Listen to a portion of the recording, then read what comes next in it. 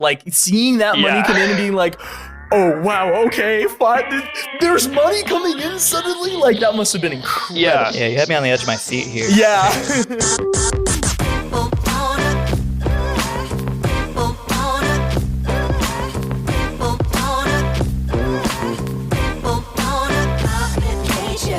Hello and welcome to the OHM podcast, the podcast about making open source hardware. My name is Stephen Hawes. And I'm Lucian Chapar. And we have a guest, our very first guest.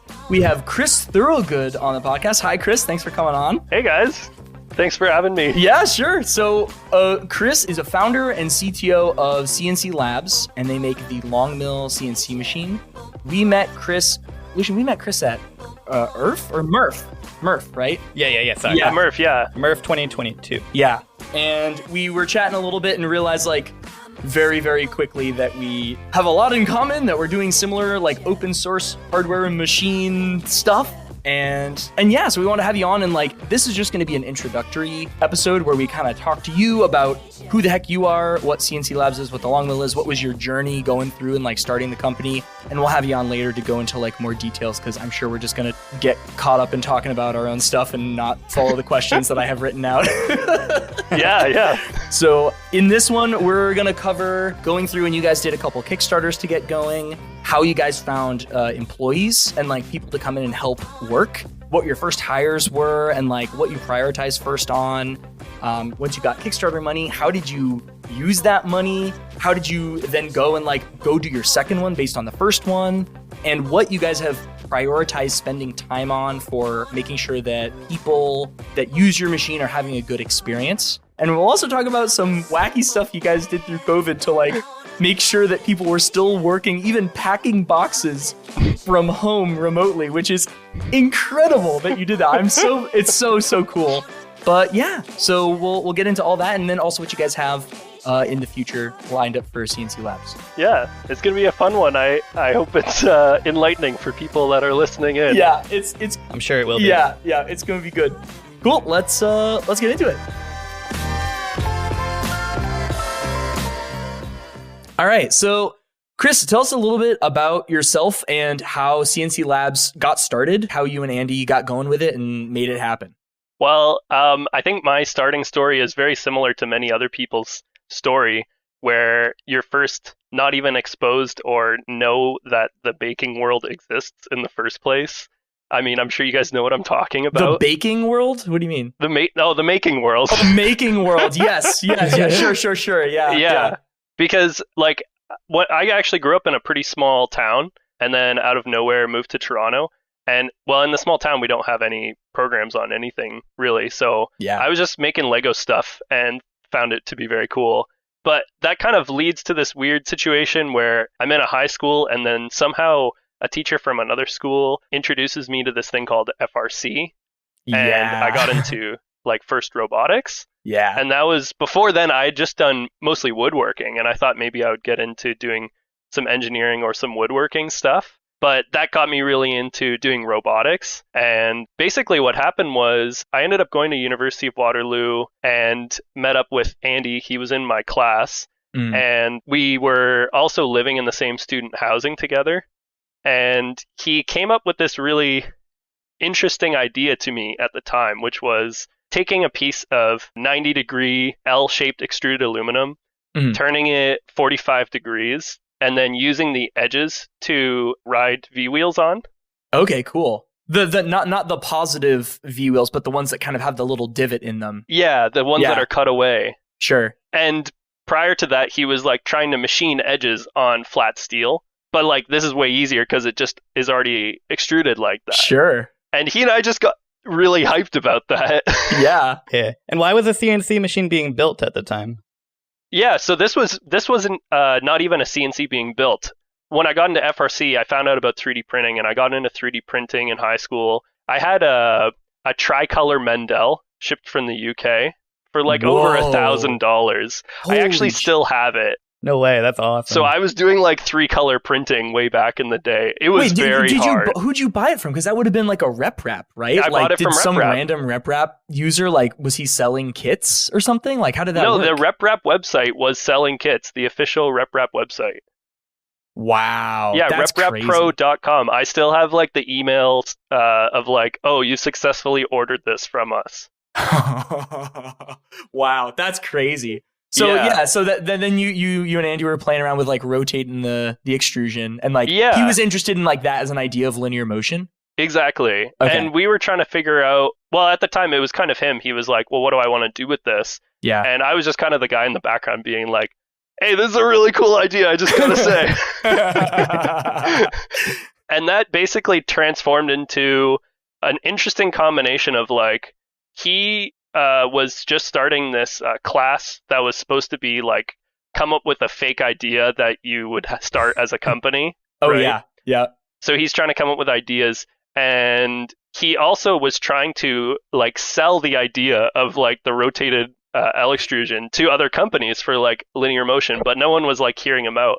Yeah. So he thought he would just make his own. And he thought he was going to make a 3D printer, but he and I kind of talked about it, and I told him how the 3D printer market, even at the time, this was like, I don't know, 2016 or something like that. Yeah. Maybe, actually, yeah, something like that. It was already really hot, and so I said, we probably won't be able to compete. But he had just done a co-op where they were using Shapeokos, I think it was the Shapeoko 2, as a writing machine. Oh, cool. To fake handwriting letters for like politicians and other people. And he was the one assigned with building them, and it took him like days to assemble these machines. Yeah. And so that kind of came upon the idea of like, well, why don't we go into the CNC router market, because these machines could be way improved. They're not the most rigid. We can apply this linear motion system. You can use it for like an idea for your class. He was trying to prototype these things, and I was the only person like with an accessible 3D printer. So I was actually selling my services. Like he was buying parts off of me. Oh, cool. You were a service bureau printing parts for him. Yeah. And like I had all these tools and like bolts and like hardware and stuff.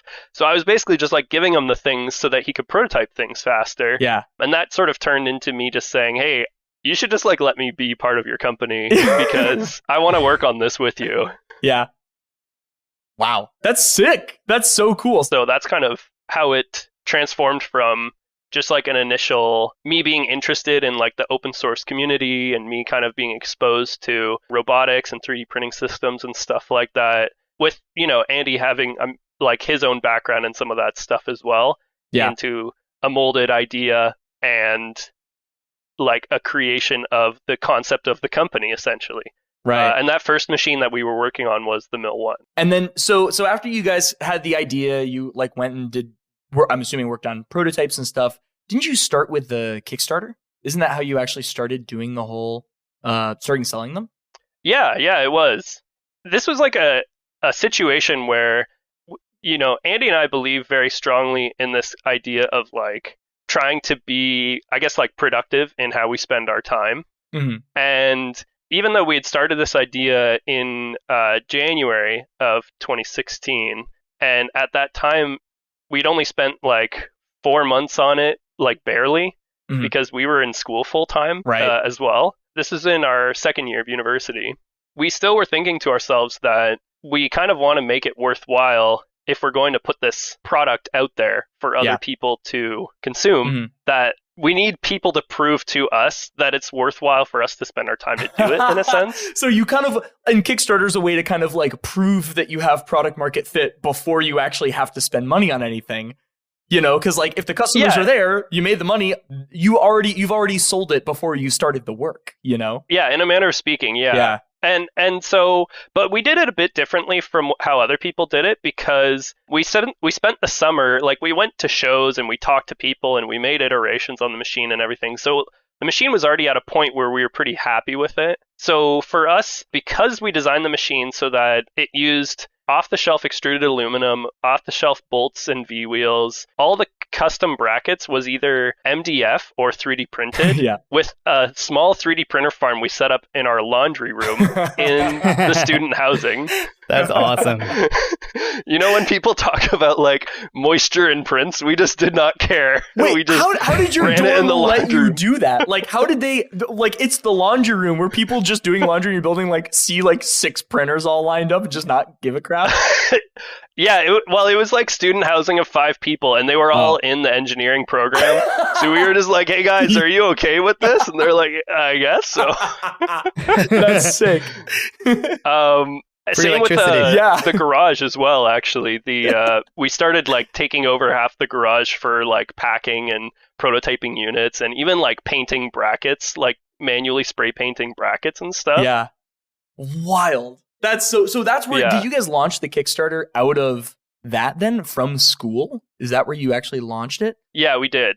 Wow. And we set the goal for the Kickstarter to not be how much we needed to break even, because we didn't actually need much to break even. The design was validated and everything was easy to produce. And you didn't have a minimum price break for a lot of stuff too, probably, because if it's all off the shelf, you probably don't need to like, oh, we need to make at least $50K to buy an injection molding die. Like, if it's all just, you can scale pretty linearly with your purchasing, probably doesn't matter that much to hit a certain critical number. Yeah, exactly. Which was like, it's a win for us and a win for the customer, because we were wanting to make accessible open source product. Mm-hmm. And so, you know, if we could buy it, anyone else should be able to buy it. But it meant that our minimum order quantities were very low. Yeah. But instead, we actually based that number on how many machines did we want to sell to make it worth our time to start working on this like more full time. Oh, so it was more about like, can you and Andy make a career out of this size? Like, if it's validated enough to like justify spending time doing that right out of college, more so. Not to make a career out of it per se, because we were still in our second year, so we weren't needing a career right away. Sure. It was kind of like, if not enough people like this as much as we like it, because we like the idea a lot. But if that didn't like translate in the pictures and the media we were making and like the physical product itself and the price we were selling it for, then we would just say, oh, I guess we're a bit disillusioned and this isn't something that people want. Right. And we don't want to spend our time putting something into the world that isn't in a reasonable demand. Sure. And so we could just pivot and, you know, spend our time on something else. Right. So we thought that, I think it was like 100 units was something that was like a minimum amount we wanted to sell. Yeah. And because the average cost of the machine was $600, the minimum for our Kickstarter was $60K. And you squeaked right past it. It looks like you raised 61.8K CAD. Yes. We barely got there. By like three machines. Well done. But it validated it. It was like, okay, cool. This is something for us. It's worth our time now. Exactly. Yeah. Cool. So you do the Kickstarter. Is it just you and Andy doing the whole Kickstarter? Did you hire for that, or was it just you two? The only other stuff we did was, at the time we had a third guy named Tim, who was on our team for a short period of time. He mostly did like social media stuff on the side. And we contracted another fellow who was at the university who was trying to start up his own company. It was like a media company. So we contracted him to help us make the Kickstarter video. Cool. But outside of that, like all the graphics, all the other videos, all of the back end stuff, I think it was all done by Andy and I. It did, also including like packing the boxes and like the kitting and the documentation and all the rest of like shipping those Kickstarter units was all you and Andy. If my memory serves me correctly, I think so. Sick. Yes. Wow, that's cool. Yeah. I think we only got our first packer in January 2017, like when we were starting to fulfill the Kickstarter orders and we needed like a couple more people on hand. I see. Okay. I think maybe we got like, and they were students from the university. We just say, hey, you want some money on the side? Yeah. And we would leave the garage door open to our house. And if the garage doors open, they would just be like, if they were walking back to residence or whatever and saw the garage doors open, they would just walk up and say, hey, I have some time. And we'd have a sign-in sheet. So they would sign in, do some work for however long they wanted, because we would teach them how to pack the stuff. Yeah. Sign out, and then we would e-transfer them the amount as like the payment for their hours. Holy smokes. That's so smart. That's so smart. It's just like literally open door policy. Like, just come in, work when you have some time. We need help wherever we can get it. What a good way to do it. Yeah. Because all you care about is that the boxes get packed. Who or when does it, as long as it follows a quality process.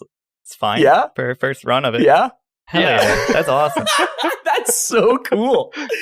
Wow. So we literally, the stations that we had in the garage were made out of, every semester, like people move out and then they just toss stuff on the side of the street. Yes. So we would just grab the tables, bring them into the garage, make packing stations out of them, and just like put a bunch of the hardware into this like shelving unit in the garage, and then just have rough labels on things. And people just came in and just did stuff and put it back on the shelf. Yeah.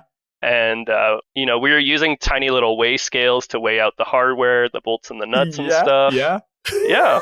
That's so cool. It's surprisingly similar to us. I think Steven and I packed the first 70 machines ourselves before getting help. Yeah.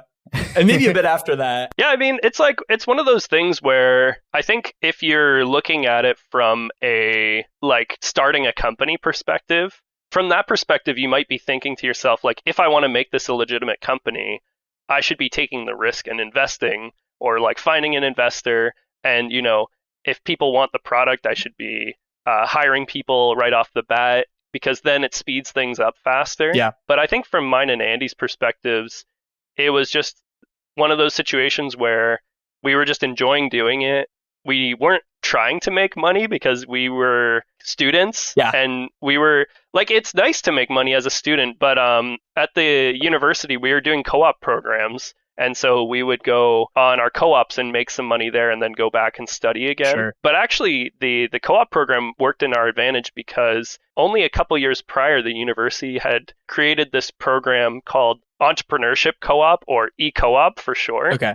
Oh, good. And that allowed you to basically work for yourself, like on your own company during a work term. Really? That's such a cool idea. And it still would count as a work term. Wow. Which is very unique. The other thing about the University of Waterloo is, like, some universities, if you create IP while you're at the university, they actually claim a percentage of that IP. Yeah. But the University of Waterloo doesn't do that. Yeah. So it accomplished a couple things. A, we were able to keep all of it, which we were just going to publish it open source anyways. So that allowed us to publish it open source. Yeah. B, we were able to use our co-op periods to work on our business, even though we were technically full-time students. Sure. And so we kept being able to do like 4 months of study, 4 months of work, 4 months of study, 4 months of work, just cycling back and forth. That's so cool. But the other cool thing was the e-co-op program gave you access to, other people trying to start their own business. So you were able to make some connections. You got some mentorship through it. And also they gave you opportunities to make some money. So like in the first week, you'd have the ability to present like a pitch deck on your business and why it would be successful. Yeah. And if you were in the top 3, I think, then you would get $5,000, no strings attached. Wow. That's great.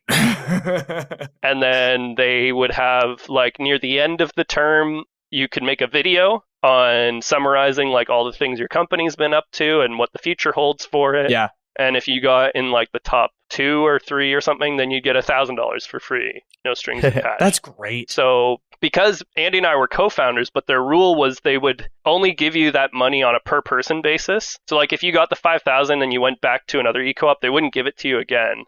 But it was on a per person basis, not a per company basis. So Andy went through the program and in the very first term got all of the money you could possibly get. Like we won everything. Yeah. And then I went through on another term and got all the money you could possibly get again. Yeah. That's great. So you guys really used Waterloo intensely for not only the co-op program, but like the students at the university, the fact that there's these grants and these programs. So like it was heavily Waterloo influence, like help kind of get you guys going. Yeah. And even right at the start when we're prototyping the machine, we're going to the student machine shop and using like the manual mills to create prototypes because we didn't have that machinery available to us. Sure. And if we could have paid to get the prototypes made, but it was like we were trying to save every dollar we could. Yeah. What's funny here to me is like I would have thought there'd be pressure on you. I was expecting you to tell me there was pressure to like drop out or that even you guys did drop out, but that would be really disruptive. It was more conducive to stay in school working on CNC. Yeah, well, I would say to a degree. I mean, take it with a grain of salt because we're in a really hard engineering program where you're like it's like 6 mandatory classes you have to take and they're all chosen for you and they're, really hard engineering classes. And we're having on the side, like I remember when we were running the Kickstarter, I was like in a class like teaching me, advanced calculus, and I'm on my phone like answering Kickstarter questions and like trying to like pay attention to both at the same time. Yeah. So it's not an easy thing per se during the study terms, at least, to be trying to like simultaneously run the business and like keep up in school, like not fail out. Yeah. So it did lead to a situation where I think it was the third year, Andy was feeling confident enough in how the company was going, and he wasn't enjoying the engineering school side of things, that he decided to peace out and pursue it full time. Cool. Whereas I decided to keep going through, and I did still get my undergrad degree. Cool. But I did have to take a year off of the program because there was a period of time where our company was kind of growing through some growth when we were moving to the new facility that we're still in today. Yeah. And so I needed to spend extra time on that. So I took a year off to work on that. Cool. And had to like tell myself, hey, I'm almost graduated. Like I've already spent 4 years at this school. Yeah. I'm going to take this year off, but I will go back and make sure I finish it just because it's only 1 year more. Yeah. Yeah. Wow. Okay. So, and this leads perfectly into my next question, which is like, when you're growing in between certain chunks of like making the company grow, and you guys are big now, you're 35 people now, right? Yeah. So, or big in comparison to Opula, at least, like if that feels very big to me as a number, but like, it feels big to me too. Yeah. going from like you and Andy in the Kickstarter to 5 people, that's a weird jump. And then from 5 people to 35 people, that's a huge jump. So between those two bits of growth, like walk me through what was the weirdest part of growing from like you and Andy had validated it, you had a Kickstarter, you shipped stuff. It was you two, you had people coming in and helping pack, but like, it was really just you two with some hired help. What did it look like going from you two to like your first 3 real full hires? And then after you got to that point, then just the huge growth now to 35. What were those phases look like for you guys? Oh, it's tricky. Mm-hmm. I'm sure you guys know it's very tricky, especially when you're 2 people. You have a huge list of things that's like, these are things that we absolutely need to do, asterisk, absolutely needs to be done in bold, right? Yes. And then it's like, well, I don't have time to hire someone, like go through the hiring process and then teach them everything and then make sure they're doing it to the same level of standard that I would be doing it and all this other stuff. Yeah. And where's the money going to even come from? Because like I'm not even paying myself right now. Yeah. So what's the whole... So it's not easy. Like it's really, really hard. Yeah. And to be fair, like just to put a warning out there to people, it's like you will try and sometimes you will fail. Like sometimes you'll try your best and it'll still fail. And we actually almost did fail one time. And so I'll try to go through a bit through the story. But basically, where it starts is kind of like hiring light, I would call it. Yeah. And what the light mode was of hiring was, this was another program at the University of Waterloo we took advantage of, was they had this program called the BETS program, which stands for Bridging Entrepreneurs to Students. Oh, wow. Waterloo's awesome, dude. What the heck? This is like, they are teeing you up as much as humanly possible to start a company. Like, they're like, please hire a student to my company. That's so sick. Yeah. Wow. Yeah. So this was another situation that was kind of mutually beneficial. It was kind of like 3 wins. Yeah. So the first win is this is only available to first-year engineering students who were trying to get a co-op placement, like at another job, but they weren't able to get one. And so basically the university reaches out to them and says, well, do you want to be part of the BETS program? Oh, okay. That's awesome. The second win is that the university is actually winning because this isn't the university paying for them to do this. This is actually a grant offered by the government. I'm not sure if it's a federal or a provincial grant, but it's being offered to them to subsidize the students' pay. Okay. And so that gives the university higher like stats because then they have higher placement stats for their co-ops. Yeah. And then the entrepreneur wins because you're getting a student who like isn't experienced per se, like they're a first year engineer, so they're kind of like a high schooler in a sense. Right. But you get them for 4 months Initially it was like 3 groups of people for like 4 weeks each or something like that. Okay. But then it switched over into like a full 4-month thing. Mhm. And you only have to pay, I think, like $2,000 or something. For the whole period of have them. time? Yeah, Wow. Holy because the smoke. rest of it is coming from It's the subsidized. subsidy. Yeah. Yeah. And mind you, like they're not getting paid crazy good wage with the combined rate. Sure. But for them, it's better than not having a job at all. Right. So that's why it's kind of like a triple win. Yeah. So we took like full advantage of this program. And even though we were just 2 people, like I think straight away we got 2 students. And then on the next cycle, we got 4 students. Nice. And so these students are coming into our into our student housing and like sitting at our dining room table with their laptops open and just like trying to do work. Well, okay, so my question for you is what, because Yeah. I hear this and I think about like how would Opula try and do this? And I would be worried that by the time they're spun up and comfortable in the job, they leave. And Yes. part of the job, part of having an intern is the company is giving up some efficiency in order to help train someone to go into the workforce. And that's part of what it means to have an intern. But for a startup, I would want to take all the NRE time of training someone and have that person stay indefinitely and not just, oh, you're trained up 4 months, you're just getting comfy, see you later. And then you don't have many more. So, I mean, what work Right. did you have them doing? Was it stuff that required training and then you just had to nuke them after 4 months and you lost all that time and that was just part of the game? Or how did that work? Yeah, so it was really tricky because, as you say, like, not only do we only have them for 4 months, but because it's only available to first-year students, you can never, like, you can rehire them as a regular co-op, but you can't ever have them, like, through this program again. Oh, okay. And so you're finding yourself in this sticky situation of a very short time span on people that need to be trained, and you're trying to be productive yourself. Right. So to be honest, a lot of the times that we have had vet students over the years, it's one of those situations where we don't want to waste their time. Right. We're not going to make them pack stuff. Yeah. Right. Yep. That's like something that's just like a bit of a silly thing. Like it's kind of rude on us to like hire students at a discount and then just give them manual labor. Sure. Right. Yeah. Especially when it's supposed to be a co-op where they're supposed to be learning something. It's part of their schooling, you know? Exactly. Yeah.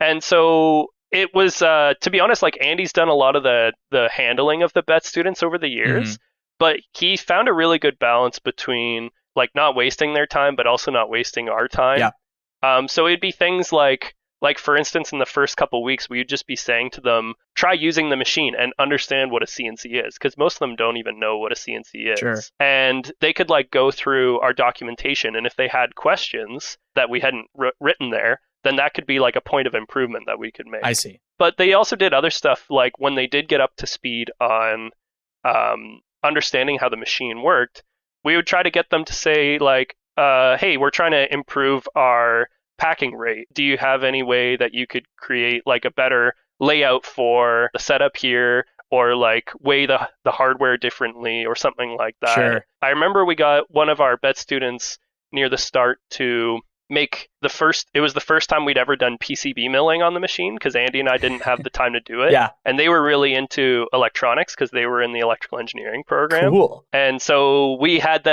just said, hey, try to figure out how to do this. And if you can, then write down how you did it.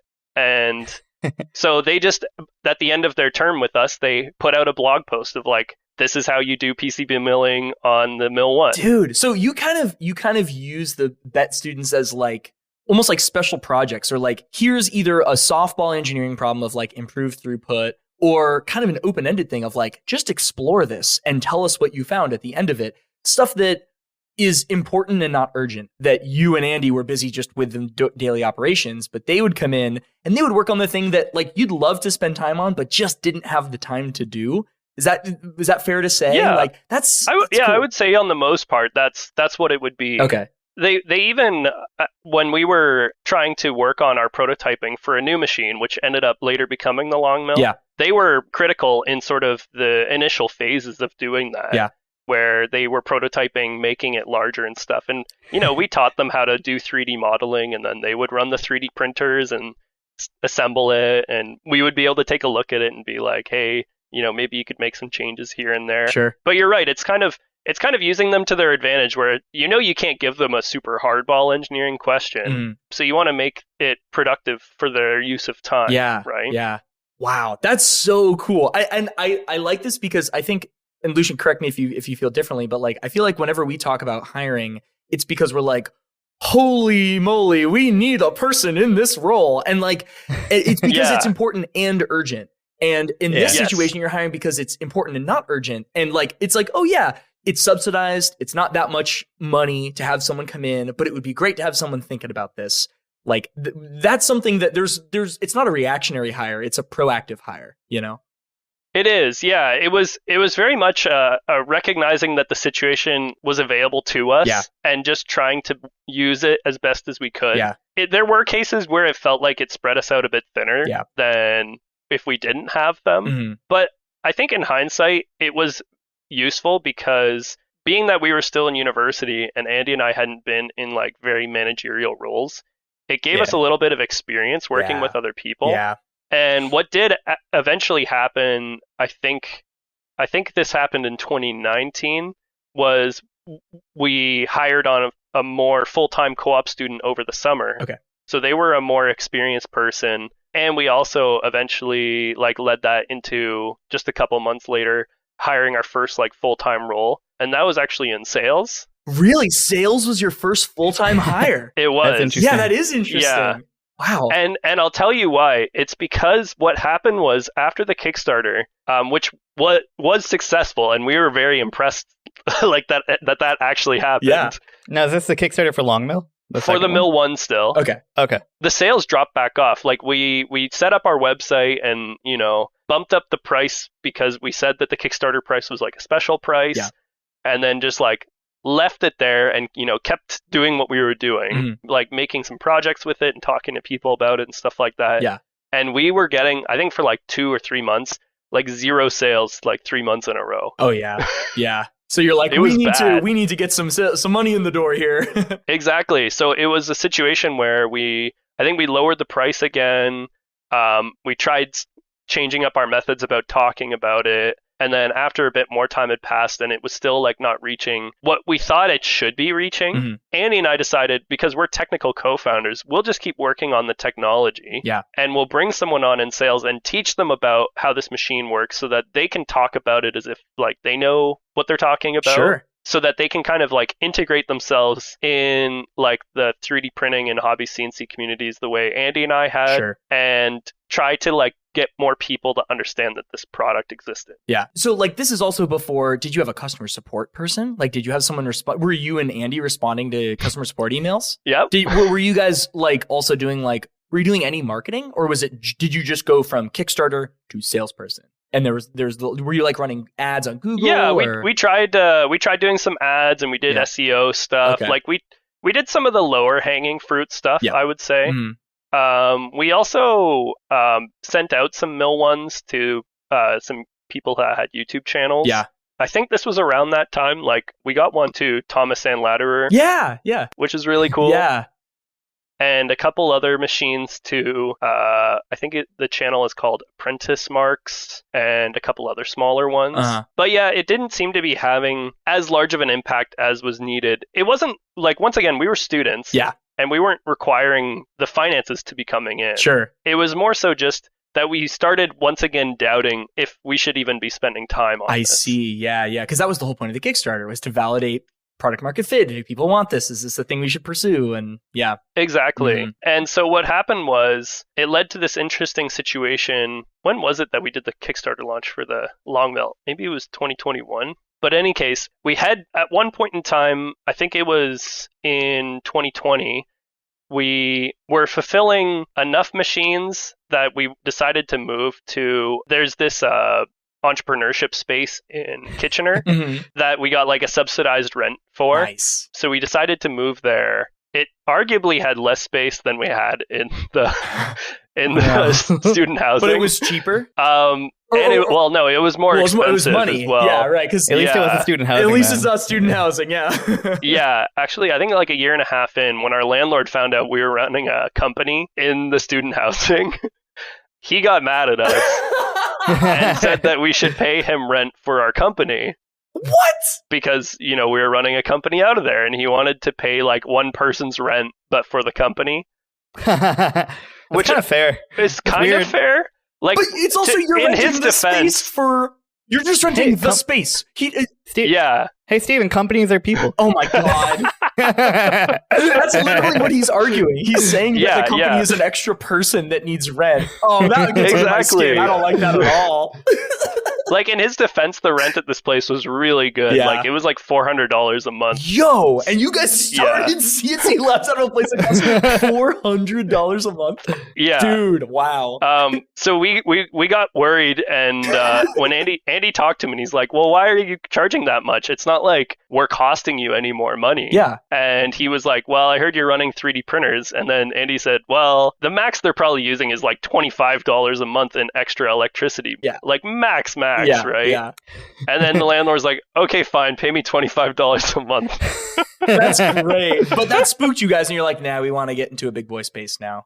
Yeah, it was a combination of that and just like, we were trying to explore new horizons with the company. Yeah. Like, if it was going to go anywhere, like, we were going to try to see if we could get it to go anywhere. Right. So, and it's nice to, like, be able to do work in an office rather than, like, on a living room. That perfectly matches how Steve and I decided to bite the bullet and get into an office from the garage. Yeah. We were in my house, and like we brought poor Tom, we brought our packaging guy through to, like, have a meeting. And we're like sitting on overturned trash cans in my garage talking about making an order of like foam. And he was such a sweetheart. He didn't bat an eyelash, he was just, he was rolling with it. He thought it was funny, but like, trooper. But you gotta start somewhere. But at some point it's like, you kind of have to have a proper space with like air conditioning and heating and electricity. And like, there's just some things you need.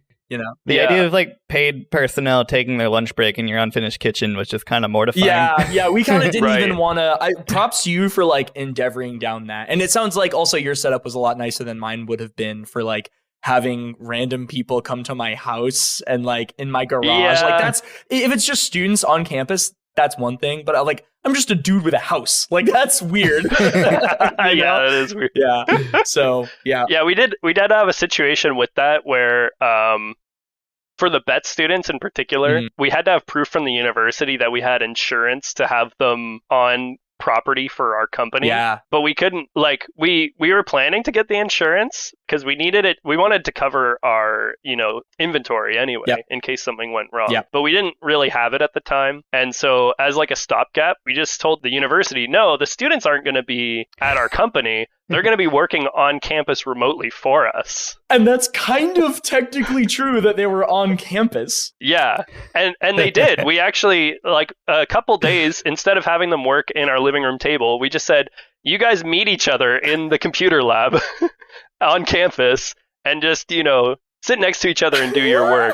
And we'll come over to you and check in and see how you're doing. Wow, you guys found such a little loophole there.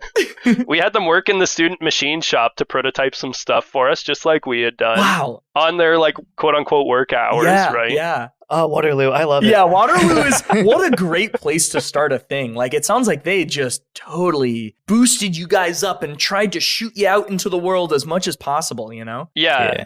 It was a great opportunities, a couple different turns, I would say. So after you hired your salesperson, you moved to that new space, you got out of there. Now you're 5 people. So now I'm assuming the salesperson brought in some more dough. You're starting to get more sales, or no? Based on your laugh, you would think so. Is that not what happened? So this is where we kind of took a turn, right? Okay. I think we had at the time, we'd had the co-op that was full time. Yep. But only during the summers. So officially we only had one full-time person, and we still had BET students, like maybe like between 2 and 4, even coming down to this new office space. Were you guys paying yourselves at this point? No. Okay. No, we weren't. Yep. The company was not making a crazy amount of money.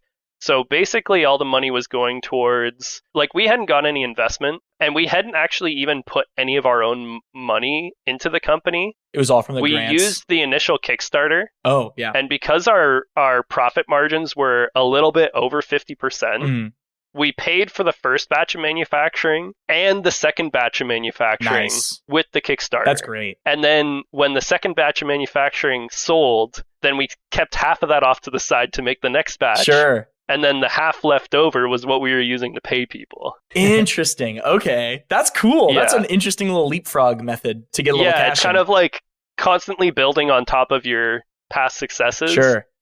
Katamari. Yeah, Katamari Damacy of business.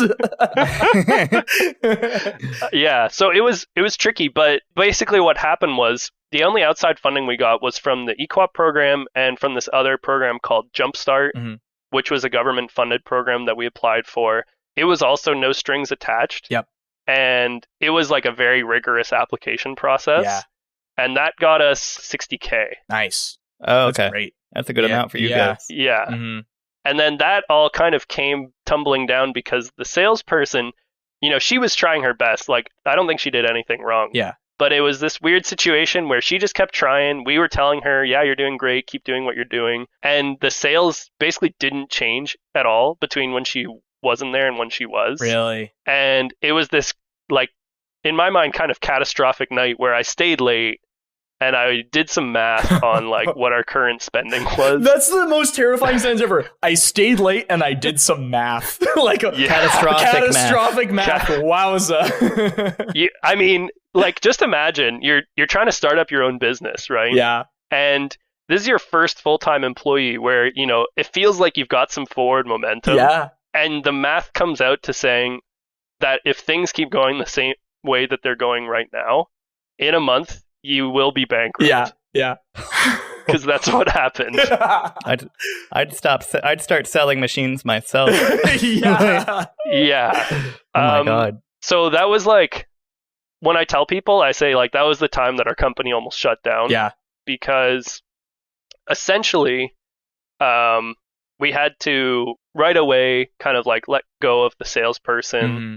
At the time, we also had a newer co-op student from the university, and this was like the first time we'd ever had a student from the university do like the worst possible job ever. Yeah. And so we felt bad, but we were like, it's kind of convenient that you're doing the worst possible job because we need to save the money anyways. Yeah. Sort of deal. Yeah.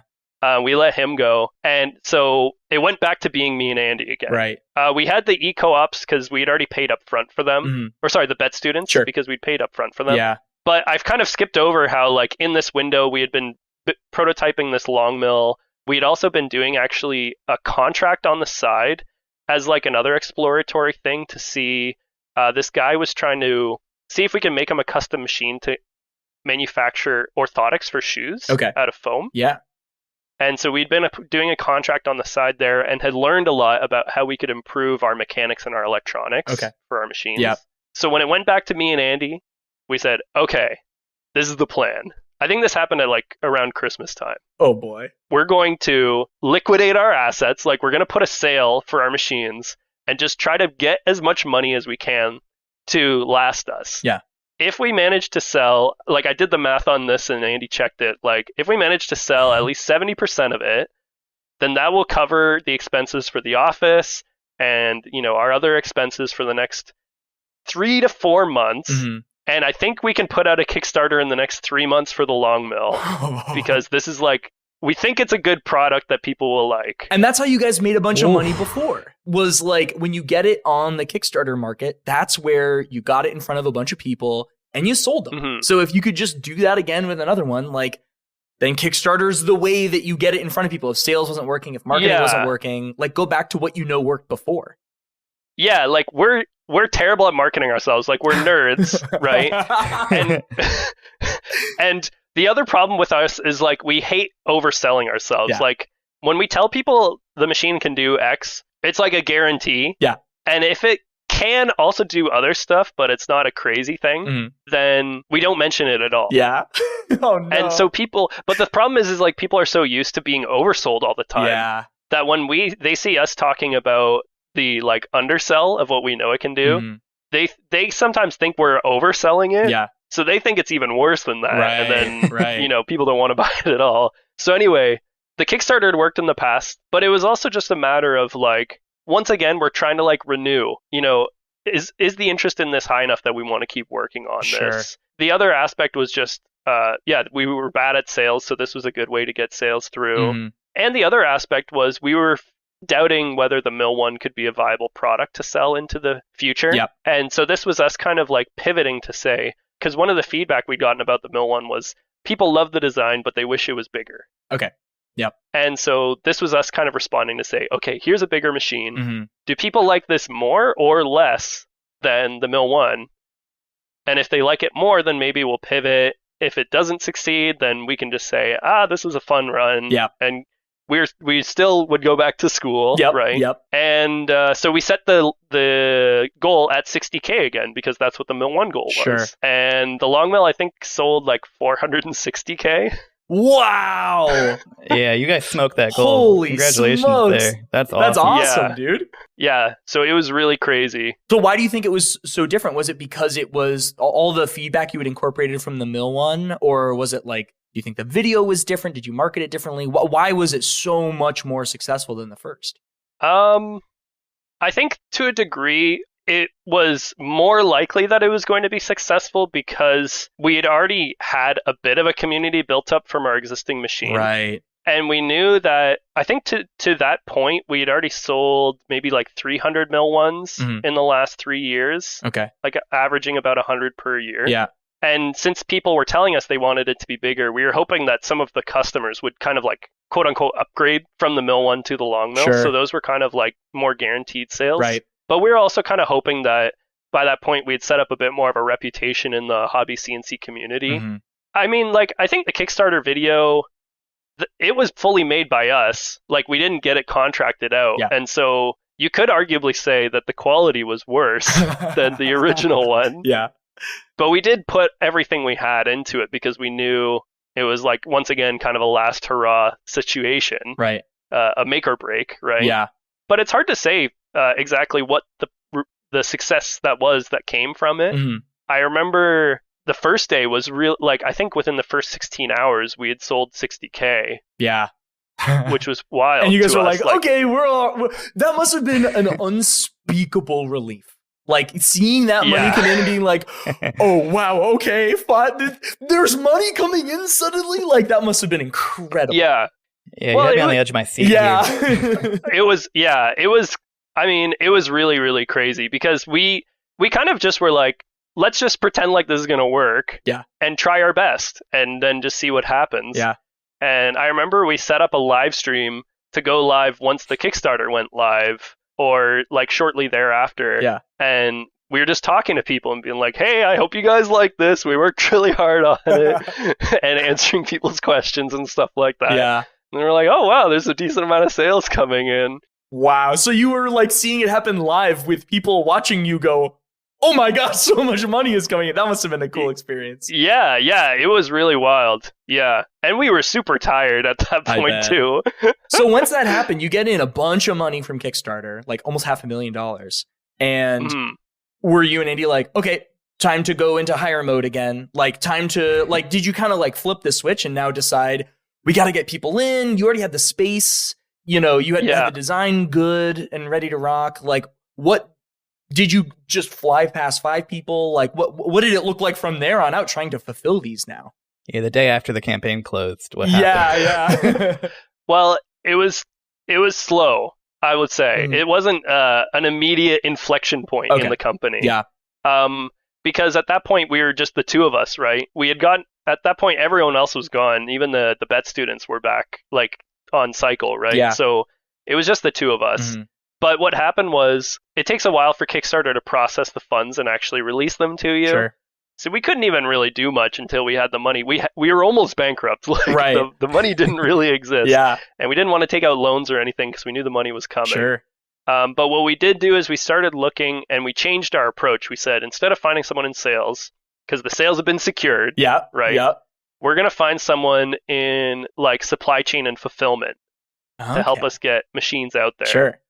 And so we found a guy who's still on our team today, Akenna, and he was our first real legit full-time hire in my mind, Yeah. because he's the first one that actually stuck around rather than us having to let them go because we were running out of money. Sure. And so that was like the first hire. And his first job was, okay, we need a bigger office because Wow. these machines are bigger and we're going to have a lot of inventory. We can't stay here. Wow. right? Yeah. So we assigned him to like help us find a new location. and rent like a huge semi truck that we were going to load all of our pallets of material into and drive it to the new location and unload it. And he was kind of like, we got a new cycle of BET students, another 4 students. So he was like ordering them around to like help pack everything up and move everything over and stuff like that. And once we moved to the new location, the first thing we did was we hired our first 2 full-time packers, and it ended up being just the 5 of us for the next, I think, like couple months. Okay. Like 5 months or something like that, Right. where we were just we were in this new space. We were trying to like figure out, how are we going to set this up to accommodate shipping this many machines? Right. Because it's a lot of machines to ship out. We had gone from shipping 300 small machines in 3 years, Mm-hmm. and now we are trying to ship over 300 of these much larger machines in like 6 months. Right. Yeah. And so it kind of stayed at that point for a while. Mm-hmm. And we maybe had like 1 or 2 other employees trickle in. And the existing packers that we hired on, they would slowly improve in their understanding of what was going on at the company. Sure. And so we promoted one to start running the print farm. And then he ended up also getting promoted to later be kind of like overseeing other packers that we hired on. Okay. But for the longest time, it was actually still just me and Andy as the only engineers, Mm-hmm. the only customer support. Akenna joined us for doing customer support Mhm. on the side as well. Yeah. And me and Andy were making the website, making the documentation, making the marketing material. We were just focusing on people paid to get machines. So we're going to put money into making sure we can get the machines out. Sure.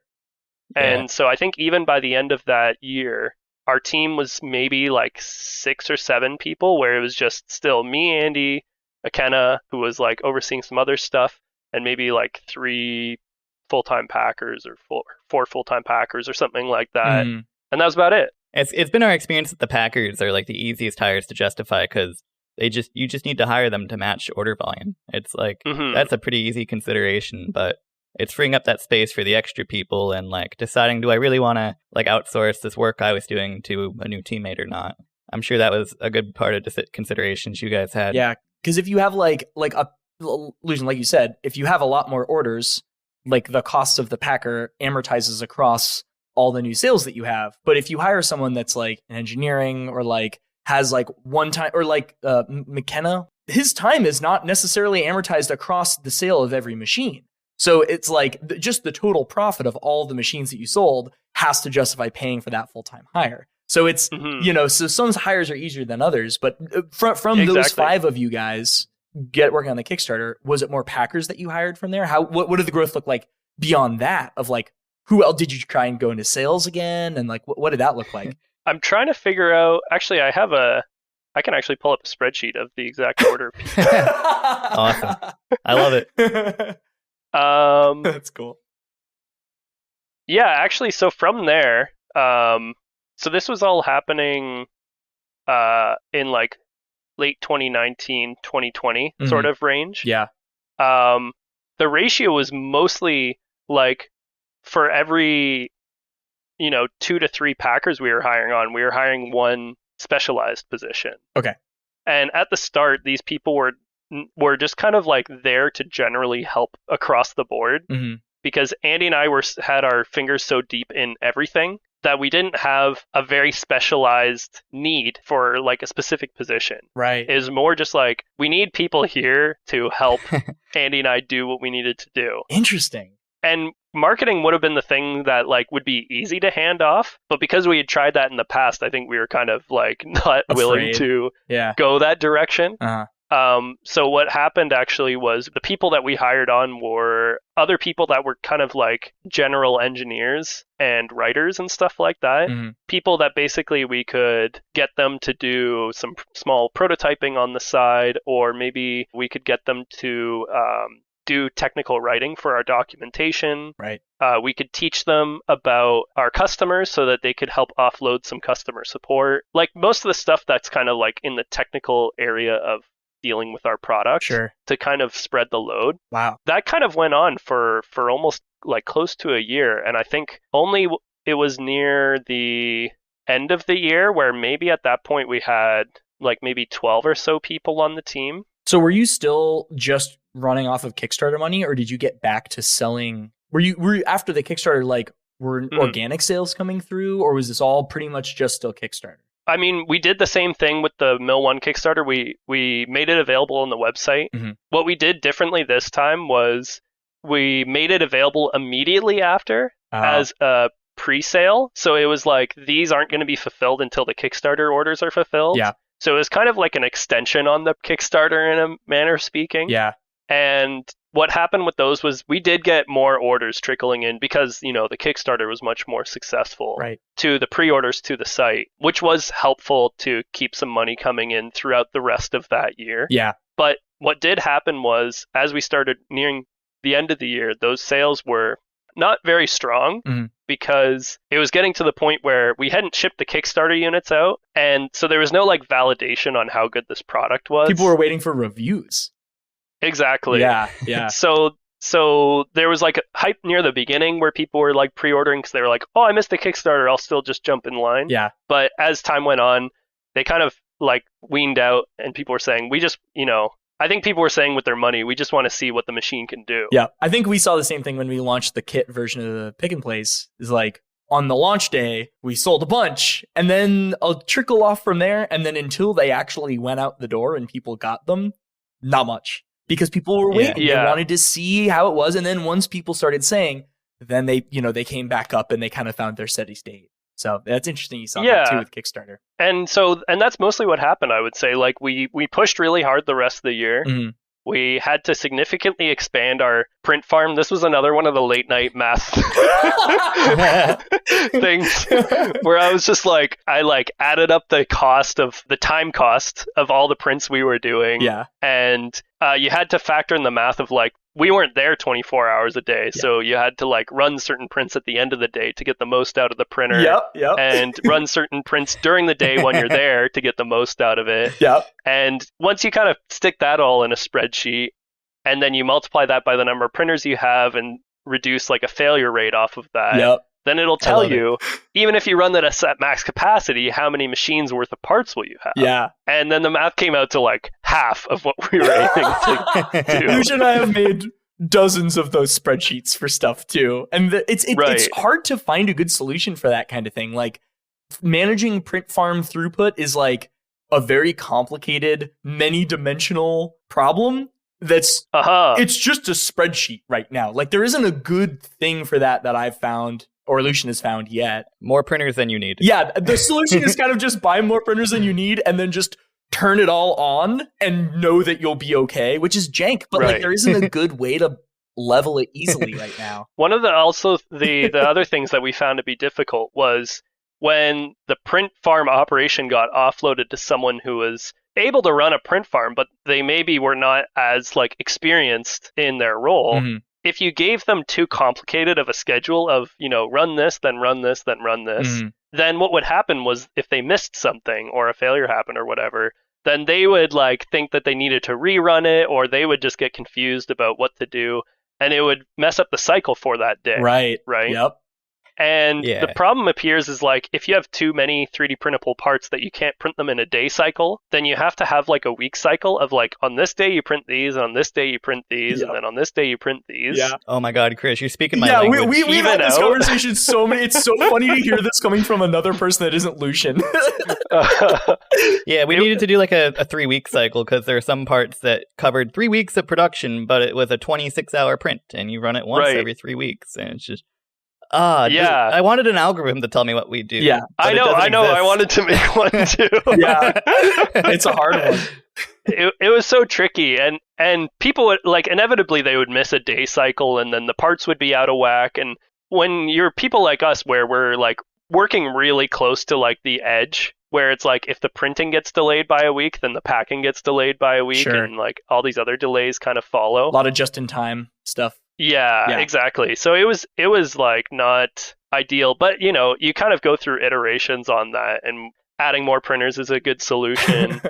We really early on, we actually started doing some automations on our printers. Yeah. We worked with a company. This was before the present day where you've got like nice release on the print surfaces for printers. Yeah. We found a company that specialized in that before that was commonly available. Cool. And what we did is on our print farm, all of the printers would be tilted forward slightly, Mm-hmm. and we would just go to a tool online that allowed you to input your G-code and put how many loops you want, and it would just make a super long G-code file. Yeah. And then you could paste in what do you want to do at the start and the end of the file, and it would put that in the loop too. Sure. So we'd put that on the SD card and just like run this printer over the weekend, and the between the prints, it would just like move the print head to the back, come forward, and scrape the part off Sure. on the print bed into a little bucket to hold the parts. That's great. That's really cool. So yeah, there's a lot of these like automations that you're trying to work on. But yeah, we were just like eye on the prize, let's just try to get these machines out. Yeah. And then I think it was only we fulfilled most of the orders between October and December of, I want to say it was 2020 that we did that. And then waited a couple months into like February, March of next year. And then that's when the sales started picking back up again. Because there were reviews out and like... I think so. Okay. And we set up things like I put some time into setting up a review system where it sends our customer an email saying, hey, it's Chris. I was just wondering what you thought of our machine. Yep. Are there things that you like about it? Are there things you don't like about it? And we set that up as like a review system on our website. And another thing that actually had a really big impact on sales that we weren't expecting at all was the next year we decided to go to a woodworking show. Oh, yeah. Where in the past we'd only gone to maker events. Yeah. Yeah, they're typical I like remember 3D you telling me printing this other at Earth. stuff. Yeah, and the interesting thing about that was we sold a lot at that show. Like the show was very expensive, mind you. Like the maker events typically are free or a couple $100s. Yeah. And this show, it was like over $1,000 just for entry. Yeah. And then if you want power there, you have to pay like another like $1,000. So you guys had a booth and everything. You set up with, you were displaying at this event. Yeah. Okay. Yeah, exactly. Yeah. And we showed up there with our flyers and stuff, and we just cut jobs while we were there. Like we literally like cut out a chair and then set the chair in front of the machine, and people would be like, "Oh, cool chair," and we were like, "Yeah, we made that yesterday." That's on cool. This machine. Yeah. Yeah, and I think ever since then we kind of realized that since the maker community was a bit too broad, we weren't being kind of like niche enough with our marketing, like how we were talking about the machine. Interesting. We were just saying, "Oh, you can do whatever you want with it," Yeah. and people didn't feel like we were talking to them. Yeah. We realized that kind of focusing in on woodworking in particular was something that I guess there was a lot of woodworkers that had seen CNCs before, but they cost tens of thousands of dollars. Right. And so everyone walking by the booth was saying, "Oh, it's okay. Don't talk to me because I can't afford it." Yeah. And we'd be like, "Well, it's only, $1,500." And then, their eyes get really wide. Yeah. What? I can buy this now? That's what? Yeah. Wow. So That's found kind of similar to us. Yeah, it really is similar to us because a lot of people don't think of pick and places in the cards. But Yeah, we're convincing tweezer users they need a pick and place, not pick and Right. place users that a Lumen PMP is suitable. yeah. Yeah, exactly. Yeah. That's so cool. So you ended up from going to the show, finding a niche that ended up being completely untapped because they were just afraid of, they didn't know Right. that it could be inexpensive. And you're like, no, it can be. And then, Yeah. and that's where your sales started to pick up, was like from going to that show. And like, did you start marketing more to that and change like your social media to like focus more towards that market? And like, how'd you double down on that? Yeah, we definitely did. We kind of tweaked everything we were saying from, it used to be like, putting it in a maker space and doing whatever you want with it and all that other stuff. Yeah. And we kind of changed it to saying, things like your garage and your workshop at home and doing woodworking on it and stuff like that. Yeah. And then I think when we started getting people from the woodworking community with machines and making like actual woodworking projects with it, then that kind of distributed that sort of message wave out on the internet to people in like throughout North America, Yeah. like other woodworkers that sort of were able to resonate with that. Okay. And that sort of attracted, because we can only do our best to attract like a local audience to go to shows nearby. Sure. So we kind of are relying to a certain degree on that to have an impact in our online space, because we're mostly an online company, just like you guys are. Yeah. Yep. That's we had a kind of a similar experience with like, we went to Electronica, which was in Munich, Germany last November, almost a year ago. And it was heavily subsidized by Elector. They helped us a lot with getting our heinies out there. But we definitely sold machines by being there. But most of what we learned was kind of what you guys learned from the woodworking event, is like, a lot of people would come up to the booth and be like, this would be great for prototyping. And I'm like, no, it's not for prototyping. It's for making like a short run of boards. And they're like, well, our prototype runs are like 200 boards. And I was like, oh, okay. Like Boeing, when they make their EVT build, they need at least like a couple hundred to distribute to all the departments and stuff. And like, we completely were not marketing it as a tool for a large engineering organization, never with the intent to use it for production work, but to use it internally to make prototyping revisions. And we came back from that. We're like, okay, this is a whole new vertical. This is a whole other group of people that we didn't even think would be interested in this that super were. And then that was very helpful for us going forward. Yeah, that makes a lot of sense. I mean, even like for our company, for our print farms at the start, we were using like Ender 3s and like, you know, Creality machines, like cheap ones. We were buying them off Amazon. And I'm sure the average person, if they were kind of imagining, oh, who's this $200 3D printer going to be for? They would say, oh, it's probably for a beginner. Yeah. They would have never expected that some company is going to be buying like 20 of these. And if they break down, it doesn't matter because it costs so little. You just buy another one to replace it. Is that really what you did? Just Enders? Yes, Enders? that is what we did. We thought about doing that, but we had so many problems with it. We did minis. We did Prusa minis. And that worked out really well for us. And well, mind you, this was before Prusa minis existed. Oh, wow. Really? Wow. Yeah, I guess so, huh? Because this was like 4 years ago or 5 years ago or something. Yeah. So we were using, what was the name of it? Before we did Enders, it was a Creality machine. It's the R10? No. One of their early gen ones. I can't remember the name of it. Wow. It was like a sheet metal, design, similar to like a i3 similar design. Sure. Yep. We used those for a while, and then we switched over to Enders because those were pretty cheap and those were reasonably reliable. Sure. At the start, Andy and I were like careful about it. Like when we're in the laundry room, me and Andy are spending the time to individually fix these printers. Sure. But once we got to someone else operating it, we just couldn't give them the same knowledge dump of like how to fix the machines. Sure. Yeah. They would try fixing it and it would take days. And we were just like, well, we've already spent your salary and you haven't even fixed it. Yeah. And we've lost time. Yeah. So just buy another printer. At one point we did buy a Prusa i3, I think like a Mark II. Yeah. And then just at one point, I think we just got unlucky and it broke. And Andy and I were busy and the print farm operator guys didn't know how to fix it. And so when something costs like $1,200 and it's sitting there, and you could have just bought a couple $300 printers. Yeah. and like kept it going. Yeah. When you're tight on money, then you're just like, well, because it's also I more have regrets. throughput. Like you can buy 3 Ender 3s for the same price as one i3, and you're printing 3 times as much, but you're dealing with, okay, well, now it might break and it might be a problem. And that's a tough balance. Exactly. Like you want it to be reliable. You want to just kind of solve the problem and know that it's going to work. But you also have to think about in an ideal world, you have enough money to buy a lot of really good printers, but like that's just maybe not necessarily the case all the time. So trying to feather that line is hard. I think it reminds go for it.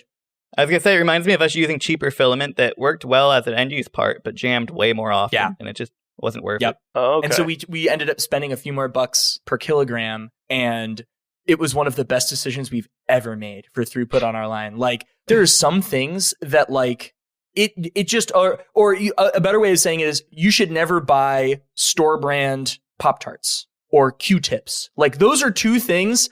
Buy name brand. It's just better. It's not worth your time to get the bendy, bad store brand Q. They're just bad. Get Q-tip brand. And filament became one of those things for us where like, okay, we could, if we just spend a little more money on it, our throughput is insane. It's not even a problem. It just solves the problem. It's worthwhile. It's easily amortized into the cost of the machine. We should just do it. We should just spend that money. But, it took us a while to figure that one out. I don't think we've had a clogged hot end since. Yeah, we haven't had a single problem since. So, like, it's been worthwhile. But, okay, so now you're at this point where you're big. You guys are flying. You're making machines. Yeah, I think we were maybe around like 15 or so. Okay. So then at that point, from 15 to 35, is it just more linear growth at that point? Like what got you all the way up to 30, 35 people from there? Was it just sales started to pick up and like it was kind of just straight growth up? That's a good question. I would say that it's over the years, like ever since the launch of the LongMill happened in in 2019 and kind of got away from the Kickstarter routes into just more consistent sales in 2020. It's just been kind of learning since then. I mean, to a certain degree, of course, in 2020, that's when lockdowns happened. Yeah. So we had a lot of difficulty as a physical manufacturer. I mean, we were lucky that they didn't, here in Ontario, they didn't shut down manufacturers because they considered them to be like vital. Yeah. But we still wanted to keep our teammates safe. So we had to, as you know, people who had, like me and Andy had only just inherited this team. We're not experienced businessmen or anything. Yeah. We're like tinkery engineering kind of guys. Yeah. So we kind of had to figure out the strategy for that, which was like people working from home, but even like packers working from home. Oh my God. How did that happen? You had to send inventory to their house? Yeah, so we had to come up with a system where basically Kenna stayed in the office and he would kind of take management of the inventory and ship machines out himself. And at the start of every week, one of the packers would show up in a truck and he would load them with raw goods, which that person would then distribute to each of the packers' houses. Alongside, like if they needed a drill for that specific week, or like a soldering iron, or like a certain jig or whatever, they would hand those off too. And then that person would work in their room or their garage or anything else at home, process those raw goods throughout the week. Sometimes we do a pickup halfway through the week and then at the end of the week, or sometimes just at the end of the week. And at the end of the week, they would drive back around in the truck and pick up the fully finished stuff, bring it back to the office, and Kenna would finish assembling them together and ship them out. I love it. It's like decentralized manufacturing. That's exactly what I was going to say. It's like totally decentralized. That's nuts, dude. Yeah. Did it make your larger office, your recently upgraded office, feel silly? It did. Yes, it did. It was a big open space with only one person in it. Yeah. Wow. That's crazy. That gives me shivers. I can't imagine. That's nuts. It was very hard. Yeah.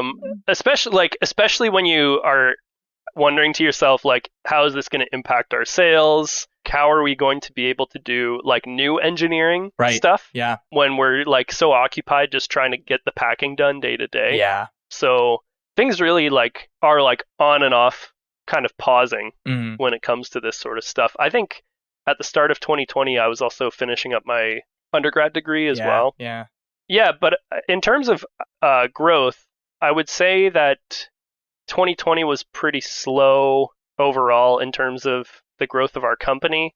You know, you don't really want to hire too many people on during a pandemic per se. Yep. But I think once we got to the end of the year, you know, we'd had a lot of time to think, and we kind of, I would say we kind of tend to go through hiring spurts. We get to the point where we feel like the team size is reasonable compared to the sales we're making, that everyone feels kind of comfortable.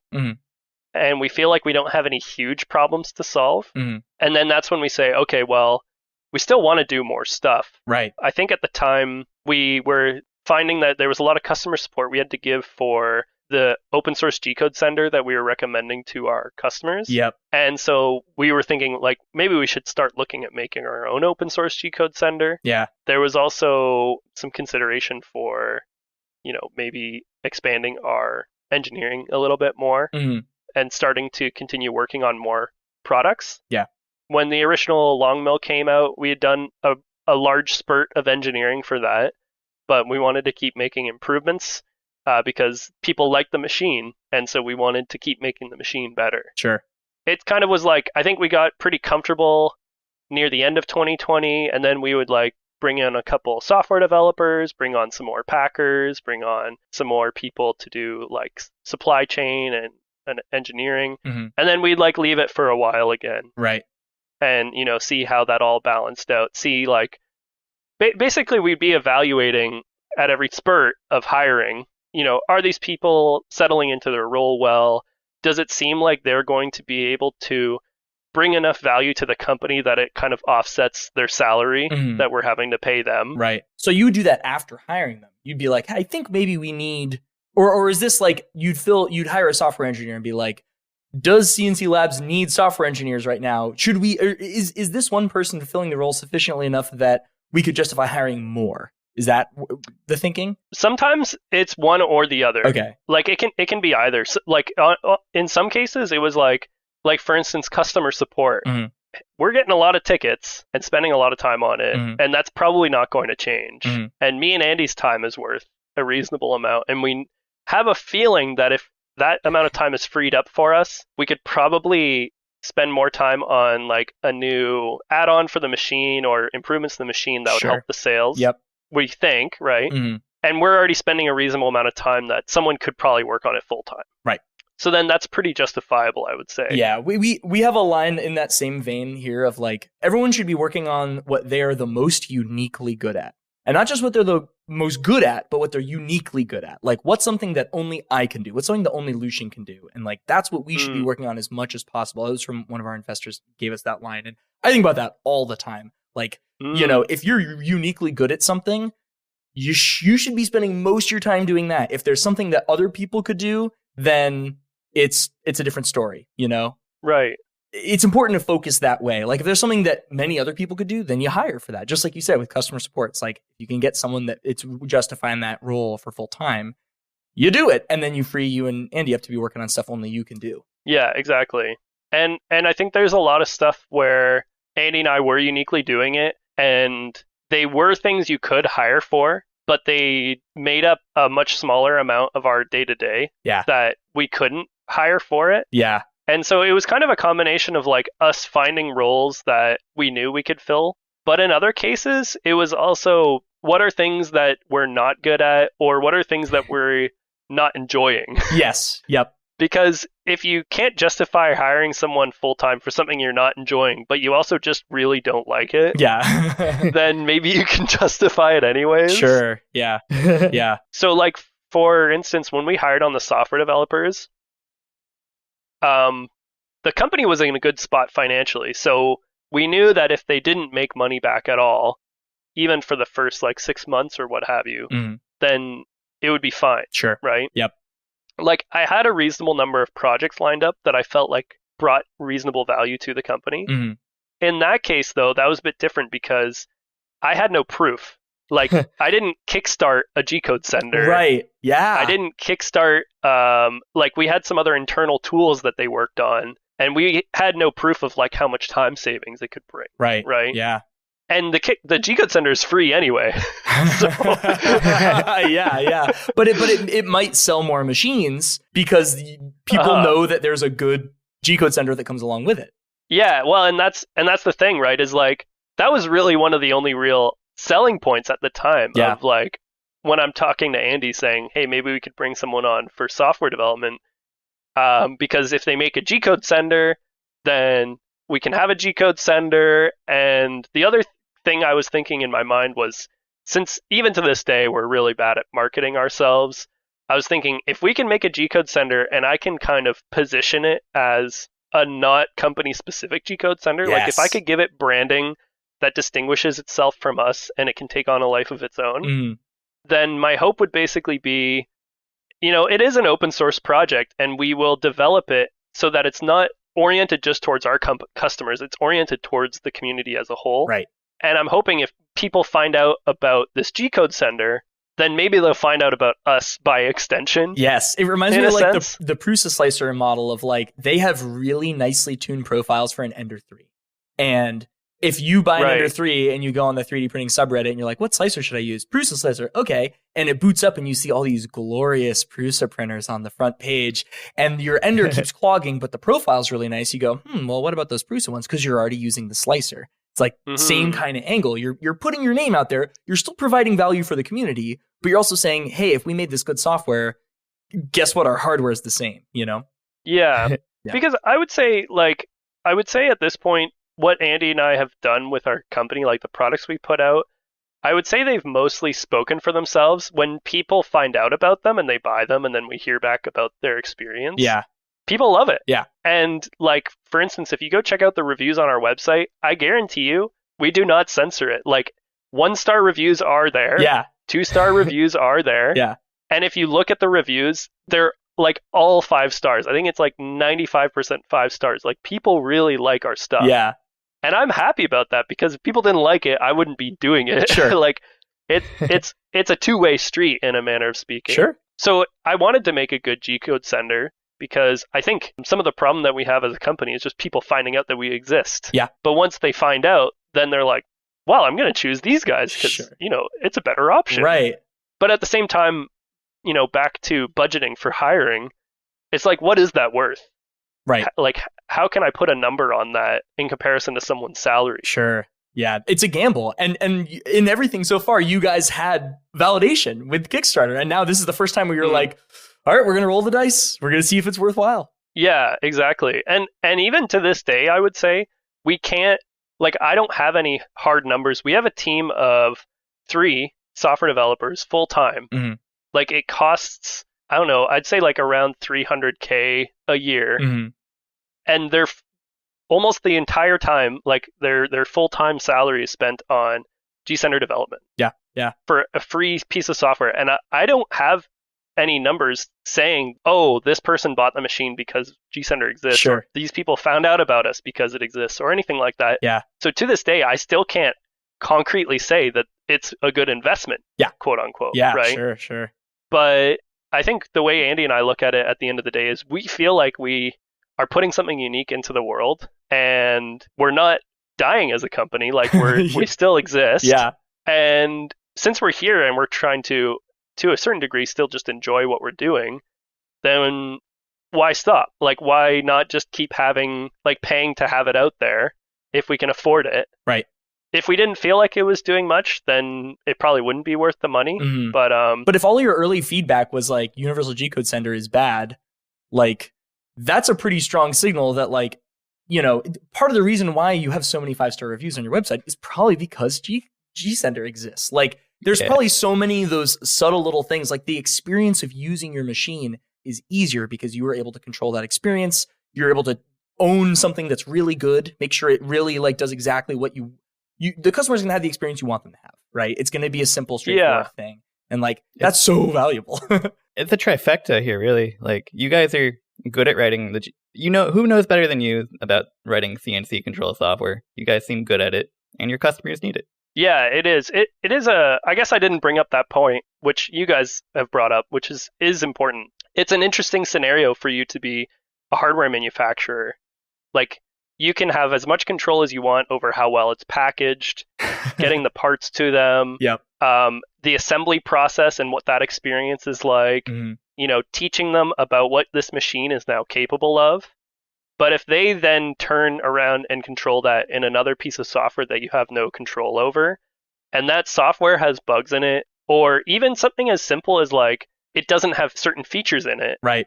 Then because people aren't, a lot of our customers at least aren't very technically oriented, they see it as our machine being limited. Right. When in fact, it's the G-Code Sender limitations that are making it seem like our machine exactly, because that's how they interact with your machine is through the software. So if it's going to feel if the machine isn't doing what I want, it's this, it's the machine's fault, not necessarily that it's the software's fault. Yeah.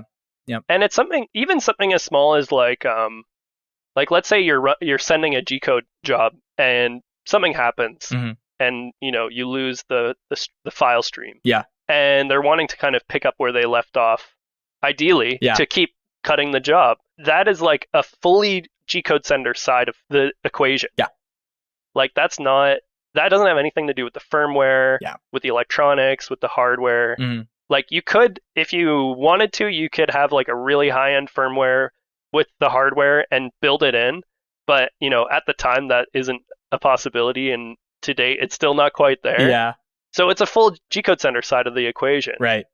And so if we turn around and we put that into our G-Code Sender, then now suddenly people are saying, wow, the LongMill has a resume cut job after failure feature, and these other machines don't. Right. Yes, exactly. Because it seems which is crazy. It's the machine. Yeah.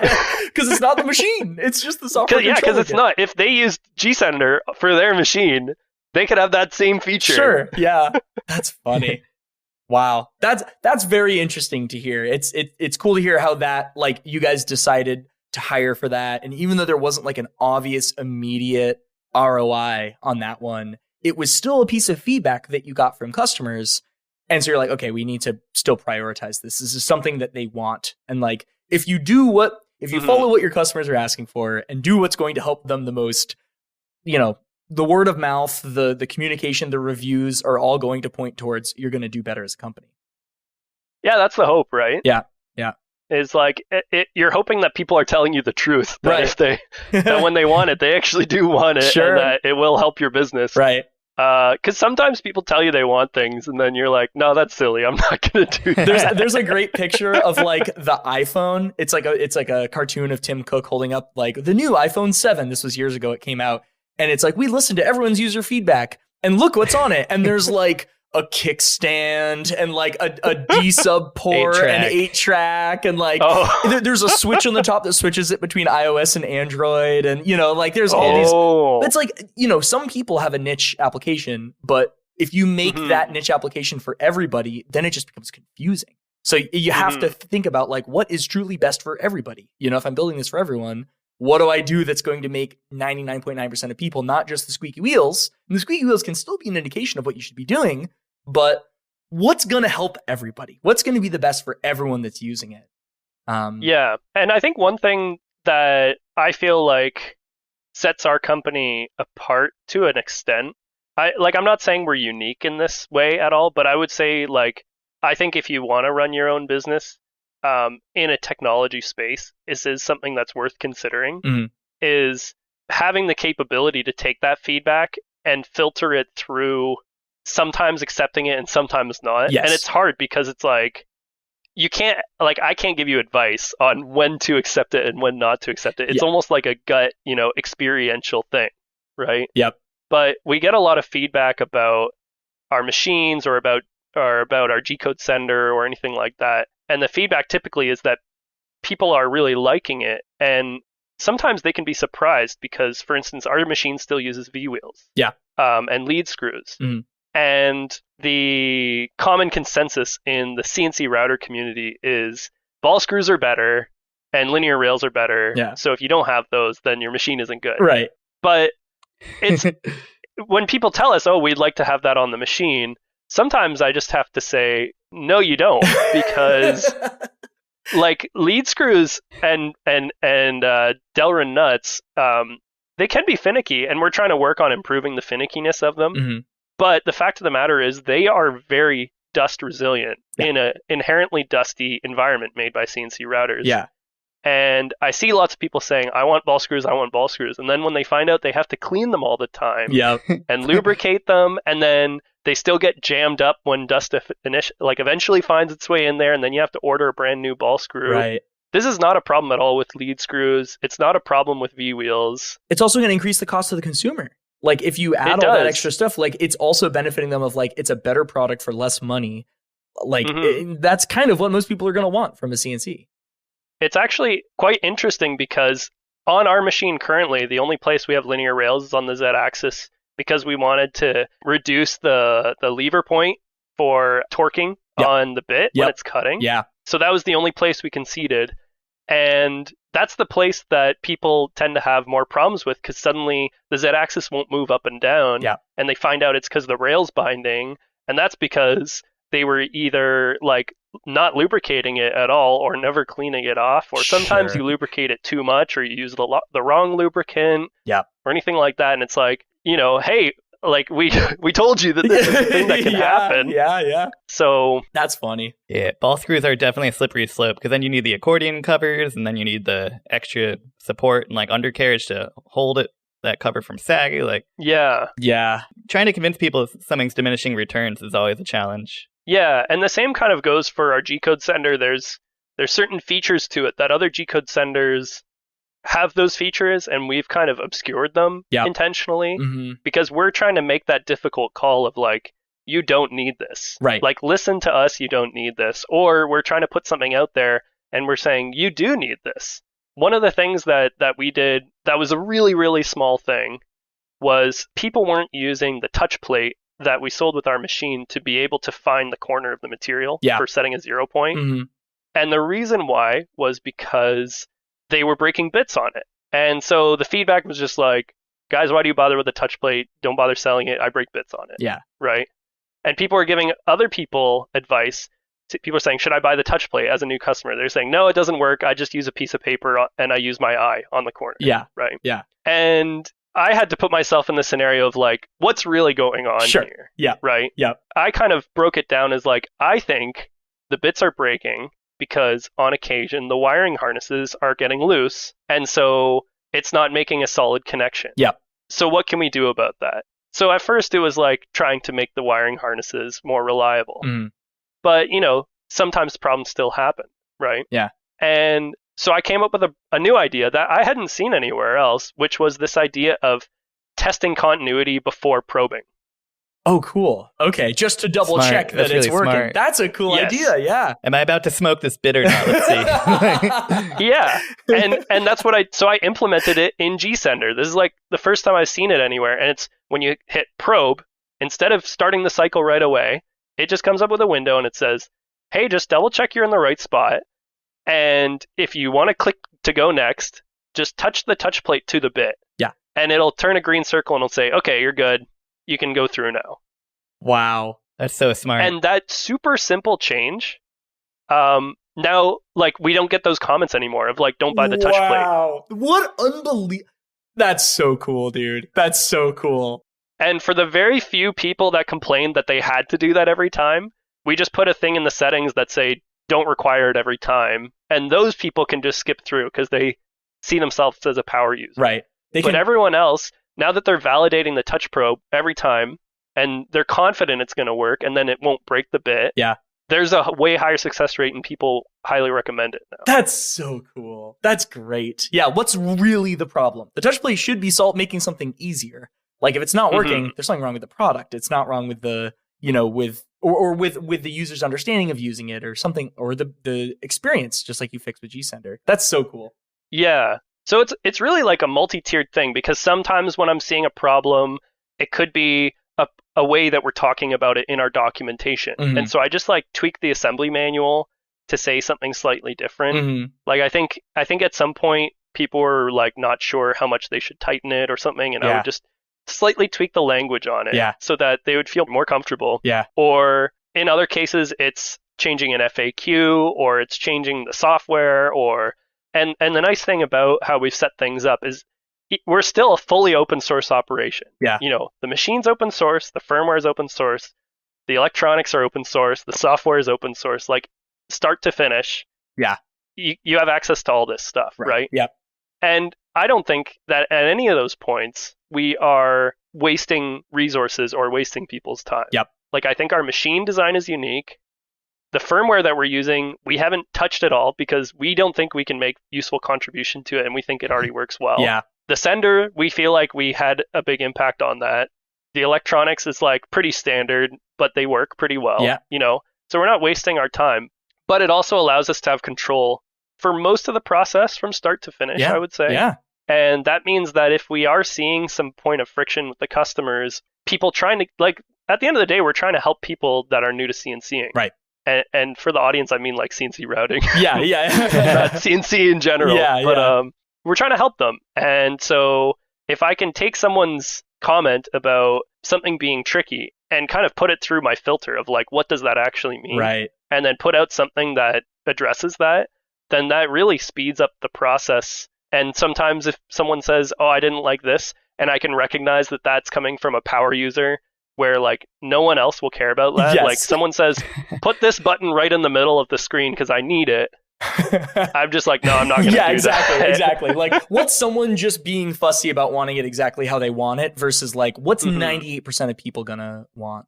Yeah. Yeah. I used to work at Mastercam, a CNC control software company, and we had some of the saltiest users that said, you added an extra click to my workflow. This is awful. And like, they didn't care if it improved the experience. They just, you added my extra click. And it was always like, you had to think if you wanted to listen to them or not. It's the same thing. Yeah. It's hard. And most of the time, that's a really good signal. Like, sometimes the squeaky wheel is an outlier, but like sometimes, when we hear from a handful of people the same thing, it's like, okay, this has legs. Like they're saying this for a reason. When you start to get a couple pings of it, it's like, all right, there's something wrong here. Like, all right, bits are breaking on the touch plate. Like, we should probably look into fixing this somehow. So now that you guys are 35 people, business is going super well, what do things look like right now, and like what is on the horizon for you for what's the next stuff that you're diving into? Where are you now and where are you looking to go? Yeah, well, I mean, that's a really good question. I would say that we're finding ourselves a bit at an inflection point because the team's at 35, which has kind of gone through these spurts as I laid out. Right. And I would say I'm pretty happy with where we're at now. We have a crew in BC that we're actually contracting to work alongside them on new electronic development for this new board we're working on. And it seems like we've developed a great relationship with them, so we'll probably keep working with them in the future. Cool. Where it's a nice win-win. You don't have to have a bunch of experienced team members on your team that you're paying full time. Right. Because electronics is probably not something we're going to be doing as much as hardware and software. Sure. And we've got a good hardware team. We've got great fulfillment team. And our software team is going strong too. Sure. The interesting point is we're kind of reaching another cycle of we've kind of gone through a point of growth with the LongMill when people are finding out about it, and we got into the woodworking community and that kind of spread the signal further out and stuff like that. Mm-hmm. But now we've kind of seen that taper off a little bit. And so now we're kind of at this point where we're asking ourselves, well, what do we want to do with this? Mm-hmm. To a certain degree, we could just decide to stay as we are. Yep. And just keep going. Like, if we can keep sustaining a software development team, they can keep putting in work that every time they put out an update benefits thousands of users. Sure. I think GSender has over almost 20,000 users on it. Wow. Whoa. That's crazy, dude. Yeah. So it's like benefiting a lot of people. Yeah. Same with the engineering. It's like they put in a little bit of work, and that now becomes an update that everyone benefits from. Right. Same with the documentation. We put a little bit of effort into better explaining how a new CNC concept works. Or, for instance, we just spent the last 8 months building a brand new rotary axis from scratch. Yeah. That we've released. It's so nice. We're so excited about it because I think we're one of the first in the hobby CNC space to not just release a rotary, but it's a fully custom rotary, and on top of that, we've made all the documentation from scratch. Instead of just handing over the hardware, we've made it integrate with the G-code sender, we've made it integrate with the electronics, wow. And we've made a bunch of sample projects to explain these tricky concepts about creating wrapped carves. Sure. And we were waiting because people have been asking us for a rotary for 6 years now. Yeah. We've been waiting until now, till we had the bandwidth and the team membership, within our company to actually do it the right way, right. The way we felt was worthwhile. Sure.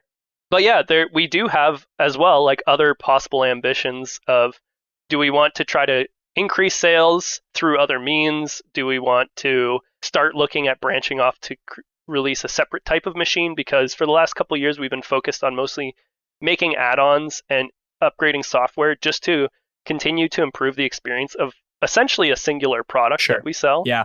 So do we want to explore other verticals?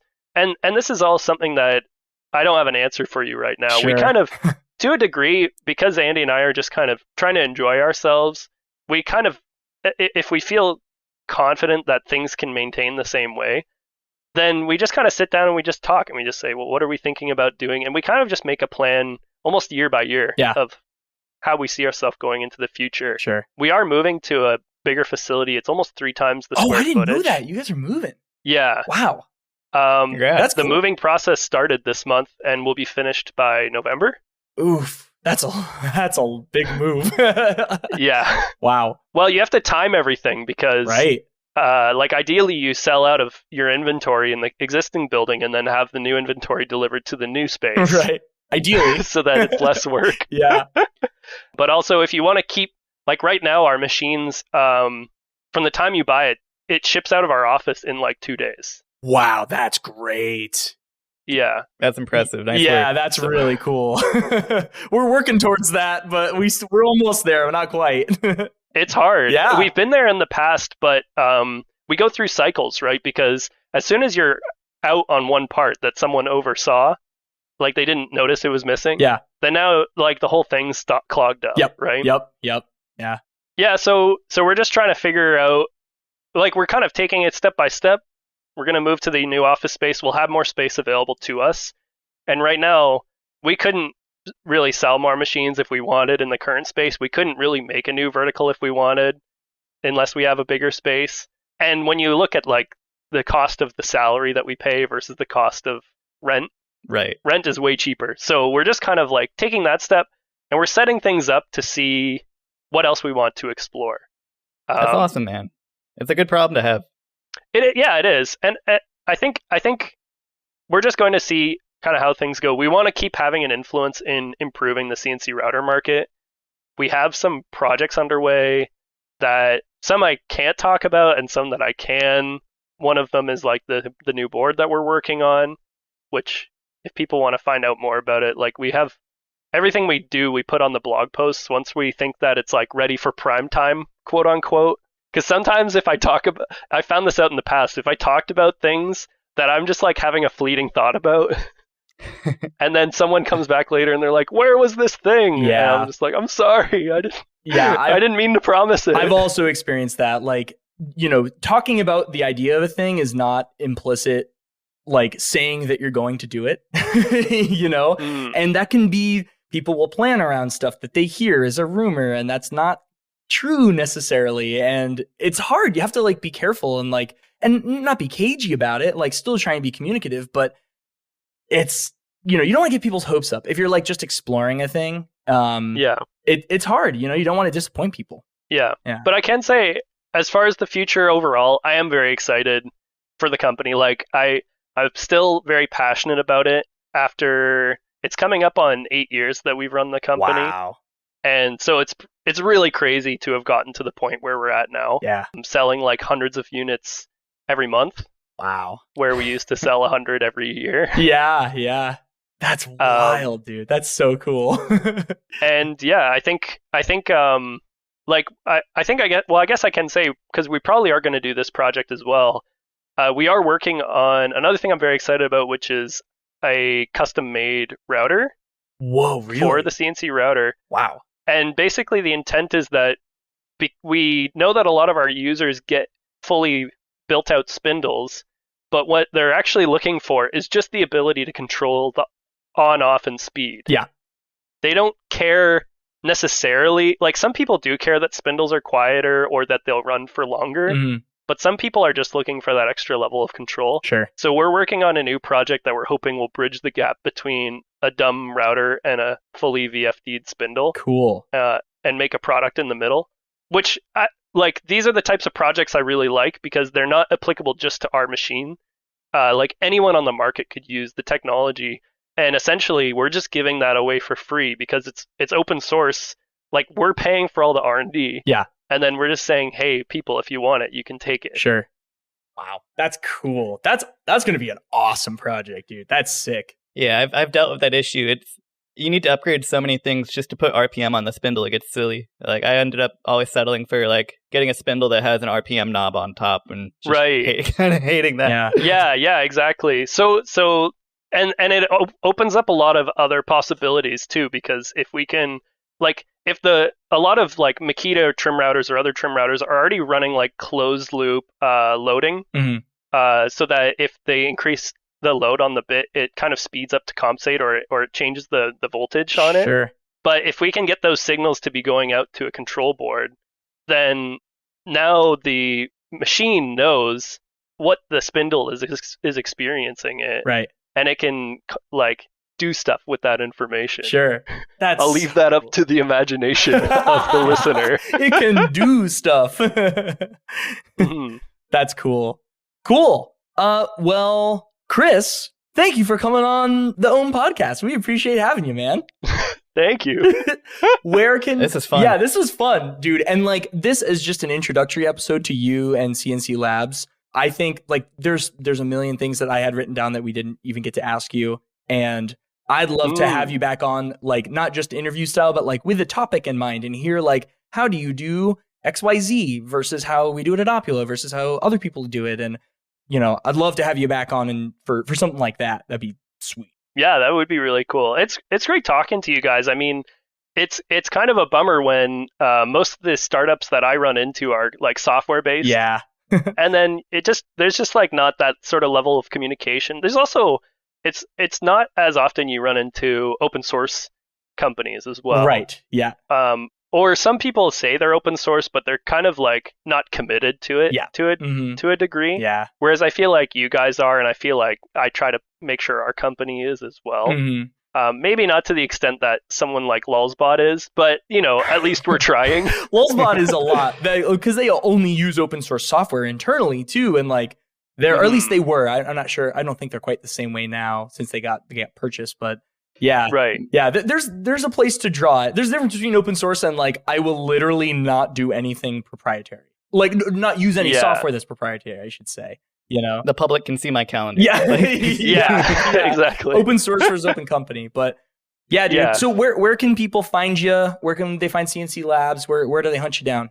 Yeah. So hopefully the title of my company is in the title of the podcast because it's hard to spell. That's like probably one of the worst naming decisions we ever made.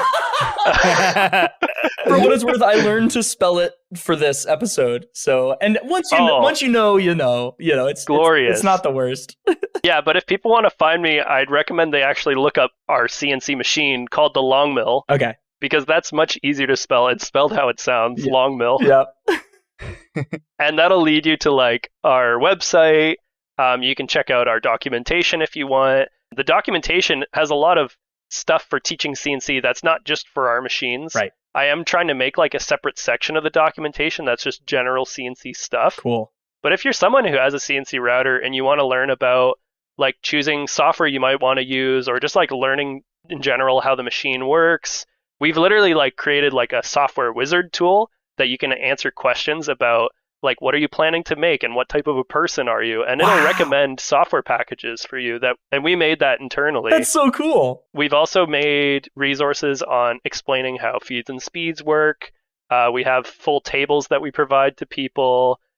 Like basically, I would say almost every step of the process, minus like the design software aspect of it, everything after that, we've made it as much as we possibly can, talking about work holding options for CNC routers, and vacuum systems, and we make these all so that they're completely neutral third-party stuff. Like we're not intending to sell you on anything. Right. It's just trying to put the resources out there. We also have a YouTube channel where we make lots of videos. We just finished a really cool series where we built an entire guitar from scratch on a CNC router, and we have released all the plans available for anyone to grab. That's cool. Or modify or anything like that. We've done many other projects on there. They're all available for download. So yeah, feel free to check us out at any of those places. And if you want to check out what we're getting up to, you can join our Facebook group or our blog. And we also have a forum, like an independent forum separate from Facebook that people also go on to talk about CNC routers and get information. Cool. That's sick, dude. Awesome. Well, thank you so much for coming on. It was an absolute joy talking with you.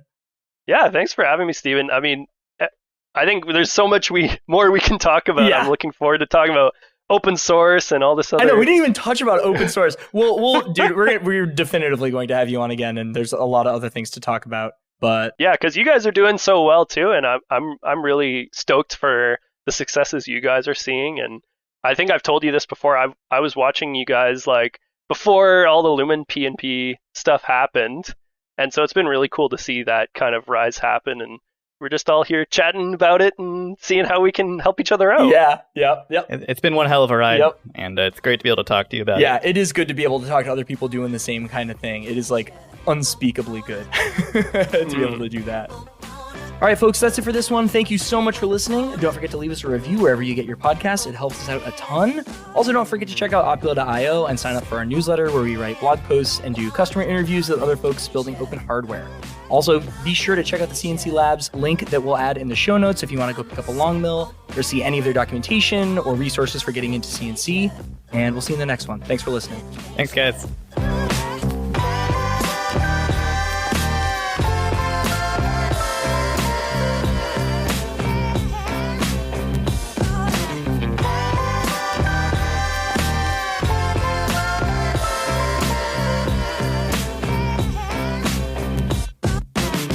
Wow, Mitchell, you took notes. Damn, bro. Chris reference, we're staring at like probably a 30-point bullet point list. Oh no.